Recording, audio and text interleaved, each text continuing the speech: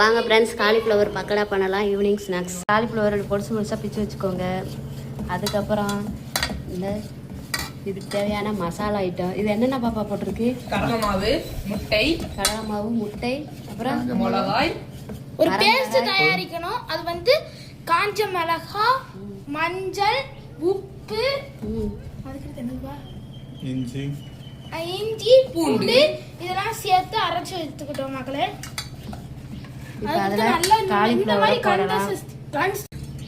இப்போ காலிஃப்ளவரை அந்த மசாலா ஐட்டத்தில் மிக்சிங் பண்ணிக்கிடலாம். கடலை மாவு, அந்த தேவையான மசாலா பொருள்லாம் சேர்த்தாச்சு. உப்பு சேர்த்துருக்கா பாப்பா? சேர்த்தாச்சா? மெயினாக உப்பு போட மறந்துடாதீங்க, இல்லைன்னா அவ்வளோதான். உப்பு இல்லைன்னா நல்லாவே இல்லாமல் போயிடும் பக்காடா. எண்ணெய் காஞ்சிக்கிட்டு இருக்கு,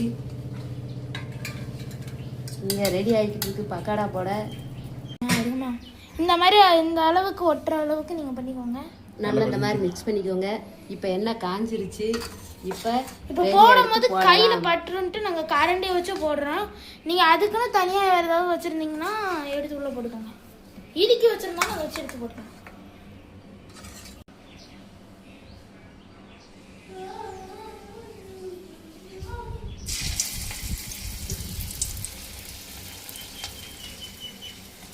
இப்போ எண்ணெயில் போட்டாச்சு.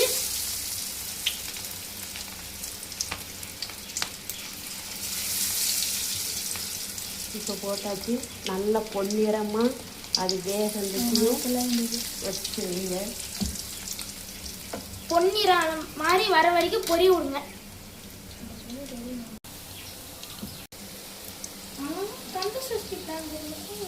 நல்லா இப்படி பொன்னிறமாக வேகந்துட்டு நல்லா கிண்டி விட்டுருங்க.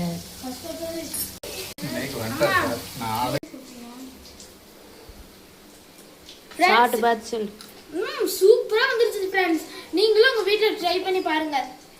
எல்லாருக்கும் ரொம்ப ரொம்ப பிடிக்கும். லைக் பண்ணுங்க, ஷேர் பண்ணுங்க, மறக்காம சப்ஸ்கிரைப் பண்ணிருங்க. இந்த மாதிரி காலிஃப்ளவரை நான் டேக் பண்ணியிருக்கேன். எனக்குள்ள எங்கிட்ட இருக்கும், எடுத்து பை பண்ணிக்கோங்க.